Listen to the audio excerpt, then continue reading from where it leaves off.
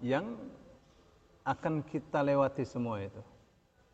Ya, tidak ada satupun orang kecuali akan mengalami fitnah kubur. Dan Rasul SAW katakan ya, bahwa ujian terakhir di alam kubur adalah pertanyaan malaikat, man rabbuka, ma dinuka, wa ma ilmuka bihadzal rajul.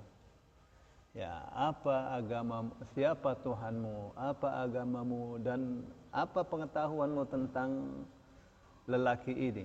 Ya, apabila dia beriman, maka dia akan mengatakan dini al-Islam, agamaku Islam, Tuhanku Allah, agamaku Islam, dan dia adalah Rasulullah sallallahu alaihi wasallam. Ya, dan Rasul katakan itu adalah ujian terakhir bagi orang yang beriman. Jadi sampai kuburan ada ujian. Ya, seperti sampai di surga masih ada manusia itu, orang-orang yang beriman itu dimarahi oleh Allah dan diampuni dosanya. Ya, dalam sebuah hadis yang panjang tentang melihat wajah Allah Subhanahu wa taala. Bapak Ibu yang dimuliakan Allah, sebaliknya kalau orang itu tidak beriman, maka ditanya siapa Tuhanmu, apa agamamu, apa ilmumu tentang lelaki ini, maka dia katakan ha la adri. Dia katakan saya tidak tahu. Ya, lalu malaikat marah, malaikat menggebuknya, menyiksanya, dan seterusnya. Kini kita di hadis yang sebenarnya sudah kita lewati, di hadis yang panjang riwayat Imam Bukhari dan Muslim, di hadis nomor 115 dari khutbah-khutbah Rasulullah sallallahu alaihi wasallam, ihdharu fitnatul qubur. Waspadalah, berhati-hatilah kalian tentang fitnah kubur atau ujian di kubur. Hadisnya dari Abu Sa'id Al-Khudri radhiyallahu anhu, qala, ia mengatakan syahidtu ma'a Rasulillah sallallahu alaihi wasallam janazatan. Aku hadir. Syahida itu bisa artinya hadir ya. Bisa artinya mengikuti. Kalau syahidal ghazawat berarti hadir mengikuti perang. Syahidtu, aku hadir atau aku menyaksikan bersama Rasulullah sallallahu alaihi wasallam janazatan, seorang jenazah. Faqala Rasulullah, lalu Rasulullah sallallahu alaihi wasallam bersabda, ya ayyuhan nas, wahai manusia, inna hadhil ummata tubtala fi quburiha. Sesungguhnya umat ini pasti akan diuji di alam kuburnya. فَإِذَا الْإِنسَانُ دُفِنَ فَتَفَرَّقَ عَنْهُ أَصْحَابُهُ جَاءَهُ مَلَكٌ فِي يَدِهِ مِطْرَاقٌ فَأَقْعَدَهُ. Apabila manusia dikubur, lalu sahabat-sahabat yang mengantarnya pergi meninggalkannya, maka malaikat mendatanginya, di mana di tangannya ada mitraq. Mitraq itu tapak besar ya. Fa'aq'adahu, lalu ia mendudukannya. Qala, dia mengatakan, ma taqulu fi hadzal rajul. Apa yang kamu katakan tentang orang ini? Fa in kana mu'minan, maka apabila dia beriman, qala asyhadu an la ilaha illallah wa anna Muhammadan abduhu wa rasuluh. Dia mengatakan, aku bersaksi bahwa tiada yang berhak disembah kecuali Allah dan bahwa Muhammad adalah hambanya dan utusannya. Fayaqulu lahu sadaqta, lalu malaikat mengatakan kepadanya, sadaqta, kamu benar. Thumma yuftahu lahu babun ilan nar. Kemudian dibukalah untuknya pintu ke neraka. Fayaqulu, lalu malaikat mengatakan, hadza kana manziluka. Ini adalah tempat tinggalmu. Lau kafarta bi rabbika, andaikan kamu ingkar kufur terhadap Tuhanmu. Fa amma idza amanta bi rabbika fa hadza manziluka. Adapun apabila kamu beriman kepada Tuhanmu, maka inilah tempat tinggalmu. Fayuftahu lahu babun ilal jannah. Lalu dibukalah untuknya pintu menuju surga. Fayuridu an yanhadha ilaihi fayaqulu lahu uskun wa yufsahu lahu fi qabrihi. Lalu dia ingin bangkit menuju surga, menuju pintu surga yang dibuka untuk dia itu dari alam kuburnya. Lalu malaikat mengatakan, uskun, tinggallah kamu, tenanglah kamu di sini. Wa yufsahu lahu fi qabrihi. Lalu diluaskanlah untuk dia di alam kuburnya. Jadi alam kubur itu bisa sempit, bisa luas, ya, seperti bisa terang, bisa gelap. Wa in kana kafiran, dan apabila ia adalah seorang yang kafir atau munafiqun atau munafik, yaqulu lahu, maka malaikat mengatakan kepadanya, ma taqulu fi hadzal rajul? Apa yang kamu katakan tentang lelaki ini? Maksudnya Muhammad, ya Rasul sallallahu alaihi wasallam. Fayaqul, lalu dia mengatakan, la adri, saya tidak tahu. Sami'tu an-nasa yaquluna syai'an, ya, saya mendengar orang-orang mengatakan satu hal, fayaqulu, satu hal, ya, tapi tidak disebutkan apa yang manusia katakan tentang Muhammad. Tentu orang-orang kafir itu paling banyak menghujat Rasul sallallahu alaihi wasallam sebagai manusia yang biadab, manusia yang horor, manusia yang hewani dan seterusnya, ya, atau predator. Wah, dengan diksi yang sama sekali tidak menunjukkan bahwa manusia itu, orang yang mengatakannya itu adalah orang yang beradab, orang yang sopan, ya. Kebencian yang membuncah dari hati orang yang kafir itu. Jadi kata sami'tu an-nas yaquluna syai'an, ya, saya ada dengar orang-orang mengatakan tentang Muhammad itu satu hal. Fayaqulu, lalu malaikat mengatakan, la daraita wa la talaita wa la tadaita. Kamu tidak tahu, kamu tidak baca, kamu tidak peroleh hidayah. Jadi memang seperti itulah sifatnya orang kafir, orang munafik. Ya, menghujat Islam, menghujat Rasul, menghujat kitab. Kitabnya belum pernah dibaca. Mereka enggak baca kitab. Ya, para penghujat Islam, laki perempuan dari Kristen terutama di Indonesia atau di seluruh dunia, yang menghujat Rasul sallallahu alaihi wasallam dalam keadaan mereka tidak membaca siapa Rasulullah. Menghujat Al-Qur'an, menghujat Islam dalam keadaan mereka tidak tahu, tidak membaca. Seperti apa itu ajaran Islam sebenarnya? Mereka hanya memperoleh informasi-informasi miring yang tidak bersumber dari sumber yang benar.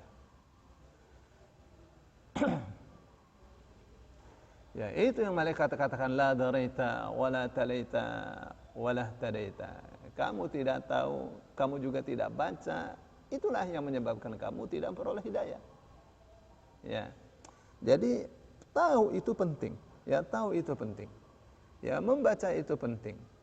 Dan itu semua yang menyebabkan orang memperoleh hidayah. Ya, minimal mendengar. Ya, dengan mendengar dia bisa memproses berita yang dia dengar itu, apakah benar atau tidak. Ya. Tapi kalau membaca itu ya dengan mata, ya. Tapi hebatnya ya hadisnya itu memakai lafaz talaita. Tala itu dari tala yatul, artinya membaca dan mengikuti. Wal qamari idza talaha, demi bulan apabila mengikuti matahari. Ya. Ya, jadi ada tersisip satu pesan, ya, meskipun ini berita tapi isinya pesan. Ya, untuk memperoleh hidayah itu butuh tahu, untuk tahu itu butuh membaca dan juga butuh mengikuti. Ya, bukan sekadar membaca untuk pengetahuan, tapi membaca untuk dipraktekkan. Thumma yuftahu lahu babun ilal jannati, kemudian dibukalah untuk dia pintu ke surga. Fayaqulu, lalu malaikat mengatakan, hadza manziluka, ini adalah tempat tinggalmu. Lau amanta bi rabbika, andaikan kamu beriman kepada Tuhanmu. Famma idza kafarta bi rabbika fa inna Allah azza wa jalla abdalaka hadza. Adapun karena kamu itu kafir, ingkar, tidak percaya kepada Tuhanmu, maka sesungguhnya Allah yang maha perkasa, maha agung menggantimu dengan yang ini. Wa yuftahu lahu babun ilan nar. Lalu dibukalah untuk dia pintu menuju neraka. Thumma yaqma'uhu. Thumma yaqma'uhu maqma'atan bil mitraq. Yasma'uha khalqullahi kulluhum ghairus thaqalain. Kemudian ia menggebuknya, ya, dengan gebukan yang sangat keras, ya, dengan kapak yang dia pegang, yang suaranya terdengar oleh seluruh makhluk Allah kecuali jin dan manusia.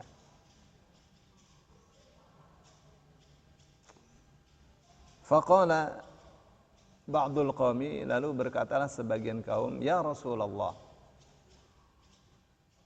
ma ajidu yaqumu alaihi malakun fi yadihi mitraqun illa hila 'inda dhalik. Ini komentar. Jadi sebagian orang ingin mengomentari apa yang Rasul sallallahu alaihi wasallam katakan saat itu, ya, sahabat-sahabat Rasul. Mereka mengatakan, ya Rasulullah, ya aku atau kami tidaklah jumpai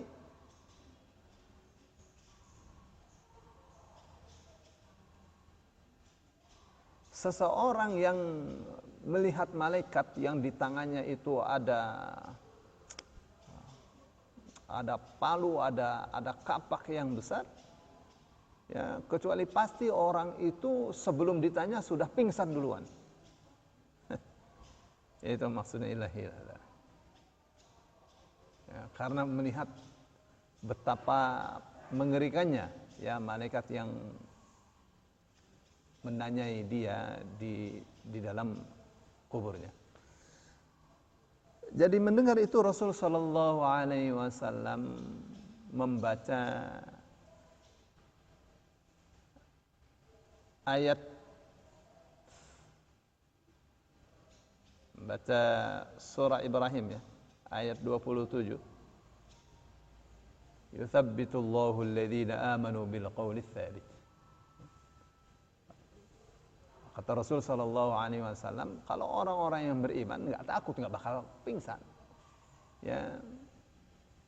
Sebagaimana orang kafir juga tidak pingsan, mereka orang kafir itu, ya, orang dia hadapi tapi dengan jawaban yang keliru, jawaban yang salah. Ditanya siapa Tuhanmu, mengatakan saya tidak tahu, itu alasan saja. Ya. Itu alasan saja. Karena dia mengira dengan mengatakan tidak tahu itu bebas, ya, bebas dari hukuman. Karena dia mengira dengan dia mengatakan yang saya dengar, ya, tentang Allah, tentang Muhammad waktu di dunia, ya, seperti itu. Nah, itu yang malaikat marah luar biasa. Menunjukkan apa? Menunjukkan bahwa hidayah itu perlu dicari. Ya, perlu dicari, perlu diusahakan. Ya, seperti yang kita ketahui bahwa hidayah itu ada dua macam, hidayatul irsyad dan hidayatul taufik. Yang kita cari sekarang adalah hidayatul irsyad. Ya, apabila hidayatul irsyad yang kita pegang, Allah akan memberikan hidayatul taufik insyaallah. Nah, Bapak Ibu yang dimuliakan Allah. Jadi Rasul sallallahu alaihi wasallam sepertinya hendak memberikan pesan kepada kita bahwa memang pertanyaannya itu mudah, ya. Siapa Tuhanmu, apa agamamu, ya, siapa nabimu, atau apa pendapatmu tentang orang ini, tentang Nabi Muhammad sallallahu alaihi wasallam. Pertanyaan yang sangat simpel sekali. Tapi pertanyaan yang simpel ini hanya bisa dijawab oleh orang yang beriman. Sehebat apapun pengetahuan seseorang, kalau tidak beriman tidak akan dapat menjawabnya. Ya, kita tahu, ya, banyak sekali orang-orang yang kafir, ya, memuji Islam sehebat-hebatnya, ya, seperti misalnya Annie Marie Schimmel, Itu seorang Jerman menulis buku judulnya Muhammadur Rasulullah, Muhammad utusan Allah, sudah diterjemah dalam bahasa-bahasa dunia. Itu orang Jerman. Ya, ibu bisa lihat bagaimana komentar-komentarnya seorang Annie Marie Scammell ini tentang Nabi Muhammad, tentang Allah, tentang Islam. Ya, ketika diminta menjadi pembicara, mengupas buku yang dia tulis. Ya, kita akan terperangah, ya, akan sangat kaget sekali bagaimana pengetahuan seorang mantan biarawati tentang Islam yang sedemikian luas, sedemikian dalam, sampai pengetahuan dia tentang tasawuf, tentang sufi, tentang Ibnu Arabi dia kuasai, puisi-puisinya, prosa-prosanya dalam urusan-urusan tentang Tuhan, tentang mengosongkan diri, tentang tentang sifat tawadhu, akhlak yang mulia dan seterusnya, hebat sekali. Ya, sampai tentang tasawuf falsafi, tasawuf akhlaki dia kupas dengan sehebat-hebatnya. Ini orang hebat pengetahuannya, tapi masih dalam keadaan Kristen Katoliknya. Ya, orang seperti ini, andaikan Allah sampai meninggalnya tidak kasih hidayah, ditanya siapa Tuhanmu, bagaimana pengetahuanmu tentang Muhammad, tidak akan dapat menjawabnya. Ya. Ibu coba lihat ya, coba cari Annie Marie Scammell, seorang penulis dari Jerman ya. Hebat sekali dia bicara tentang Islam. Saya punya bukunya. Ya, ini sedang viral sekali ya di dunia akademis. Ya. Ada seorang perempuan Yahudi ya menulis tentang gambaran sorga di dalam Al-Quran. Masih Yahudi perempuan. Ya, di dalam akhir pidatonya atau akhir ceramahnya tentang Al-Quran, Islam dan Muhammad, terakhir yang dia katakan, saya apabila meninggal ingin berjumpa dengan orang yang sangat mulia, yaitu Muhammad, peace be upon him.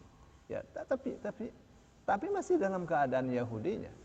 Ya, dia berbicara tentang surga, tentang neraka yang dia teliti dari Al-Quran itu persis, ya persis, tidak ada melenceng, hebat sekali. Andaikan sampai meninggalnya tidak mendapatkan hidayah dari Allah Subhanahu wa taala, maka dia saat ditanya di alam kubur tentang siapa Muhammad, maka dia tidak akan menjawabnya, tidak akan bisa menjawabnya. Kita kasih contoh lagi, satu lagi. Adalah seorang penulis ensiklopedia hadis pertama di dunia. Adalah seorang Belanda bernama Winsing, menulis kitab Al-Mu'jamul Mufahras li Talabi Al-Fadhil Hadith.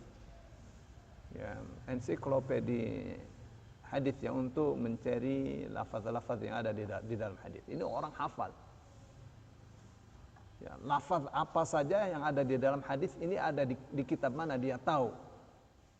Ya, jadi jangankan Al-Quran, ya hadis saja dia kuasai. Ini orang hafal Quran, tapi waktu menulis itu masih dalam keadaan kafir, ya, dalam keadaan kekufurannya, dalam keadaan kekristenannya. Andai kan, ya, meskipun ada berita ya bahwa orang ini ternyata masuk Islam sebelum wafatnya. Andai kan sampai meninggal masih dalam keadaan kufur dan ditanya siapa Muhammad itu, dia tidak akan dapat menjawabnya. Dia pasti akan mengatakan, saya tidak tahu. Ya, saya mendengar orang-orang mengatakan A, B, C, D, saya lakukan itu. Baik. Intinya pendek kata Bapak Ibu sekalian, kita bersyukur menjadi orang yang beriman. Ya, harus bersyukur. Ya, karena orang beriman ini seperti yang Allah katakan, yutsabbitullahu alladhina amanu bil qawli tsabit fil hayati dunya fil akhirah. Ya, Allah akan mantapkan orang-orang yang beriman dengan kata-kata yang mantap, kata-kata yang mantap baik di kehidupan dunia maupun di akhirat. Di dunia mantap mengatakan tidak ada Tuhan yang berhak disembah kecuali Allah. Ya, kita lihat bagaimana orang Kristen berbicara tentang Tuhannya. Wah, muter-muter sampai bingung sendiri. Ya, ditanya tentang Trinitas bingung. Ya, pendetanya bingung, pastornya bingung, jamaahnya lebih bingung. Ya, akan sangat bingung sekali. Nah, berbeda dengan kita, anak TK mengerti satu itu apa itu. Qul huwallahu ahad. Ya, di dunia mantap, di akhirat ditanya, di alam kubur ditanya siapa Tuhanmu, siapa nabimu, apa agamamu, akan menjawabnya dengan jawaban yang mantap. Itu yang pertama. Ya, jadi kita bersyukur sebagai orang yang beriman. Ya, seperti kita sholat, ya, kita sujud, kita bersyukur kita sujud kepada Allah Subhanahu wa taala. Tidak usah bertanya apakah kita sholat kita diterima atau ditolak, tidak usah bertanya begitu. Ya, kita sudah sujud saja kita bersyukur. Bersyukur diterima atau tidak diterima itu Allah punya urusan. Yang penting kita beribadah, sholat, ibadah apa saja, jangan lupa tujuannya harus ikhlas karena Allah dan aturan-aturannya mengikuti Rasulullah sallallahu alaihi wasallam. Baik, itu terkait dengan khutbah Rasul sallallahu alaihi wasallam nomor berapa tadi? Nomor 115.